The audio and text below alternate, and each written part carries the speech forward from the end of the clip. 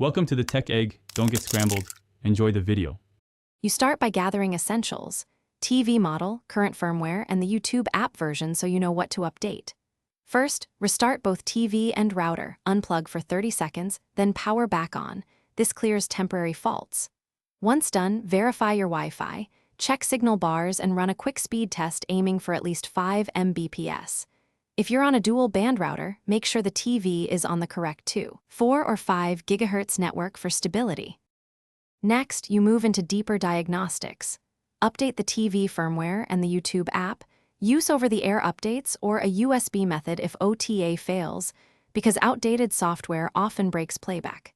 If updating doesn't fix it, clear the app cache or app data.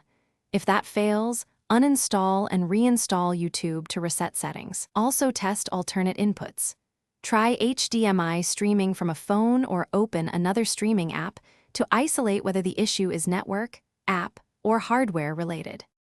To finish, perform a factory reset only as a last resort because you will lose saved settings and must reconfigure accounts and apps. If you need immediate playback, use mobile casting or plug in a streaming stick to bypass the TV app. Make sure to test after each change so you know what fixed it. If problems persist, capture error messages and timestamps, then contact manufacturer or YouTube support. That log helps them reproduce the issue and speeds up a resolution. Thanks for watching. Consider subscribing if I helped unscramble your problems.